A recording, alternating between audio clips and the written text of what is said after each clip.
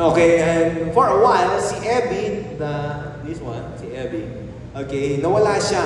And he happened to meet this society, Oxford Society, who had helped him to become sober. Okay, yung mahimasmasan, maiwanan, matakasan niya yung alcoholism. Okay, yung pagiging lasinggero. Okay, so nawala siya for a while, and then pumunta siya ngayon, nakipagkita siya kay Bill Wilson sa barkada niya. Okay, so Bill Wilson was expecting na pagdating ni Abby, meron siyang long neck na hawak. Mag-iinuman sila kasi drinking buddy sila. Pero walang dalang bote, walang dalang alak si Abby. Ang dala ni Abby is the you found faith and the testimony. Sabi niya, pre, bago na ako ngayon. Alam ko na si Lord sa buhay ko. And Bill Wilson actually rebuked him. Sabi niya, pare, hindi ako naniniwala sa Diyos. Galit ako sa Diyos. Alam mo naman niya, kaya ako umiinom eh. Okay, pero hindi tumigil si Abby. Okay? And kahit gano'n, anong nangyari? Anong nangyari? Bill Wilson eventually gave up. He encountered yung reality, yung truth na buksan siya na itong pare ko na to, mas halang ang bitukan nito sa akin, pero binago siya ni Lord. Sige na nga, tinanggap na rin niya si Lord. Iniwan na rin niya yung alak. At doon nagsimula yung advocacy ng AA, Alcoholics Anonymous. Nag-create sila ngayon ng organization. And it becomes so worldwide. Inadapt ito ng maraming bansa and community. In fact, nagkaroon po tayo ng ganyang seminar nung nasa Mark 1 pa tayo.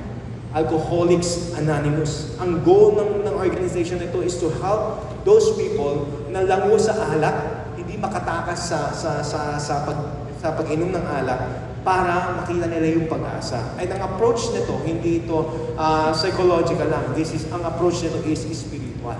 So, it becomes so worldwide, it becomes famous, naging effective at maraming mga tao na tulungan nito. Palagay nyo, bakit ito naging effective? How did it work?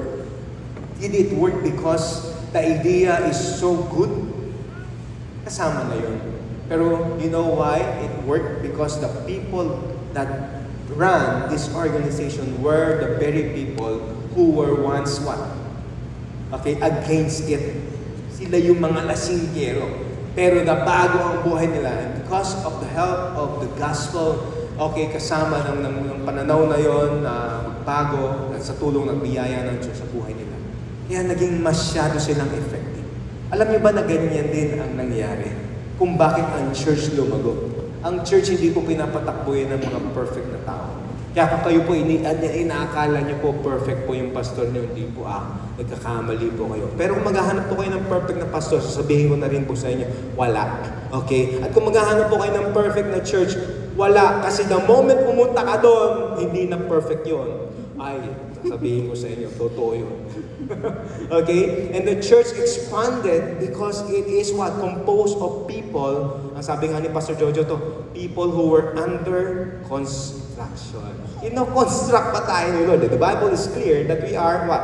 Being sanctified by the Holy Spirit, and we are being transformed from one glory to another. Kaya makikita natin ngayon, if we want to see our church, be filled, our community change,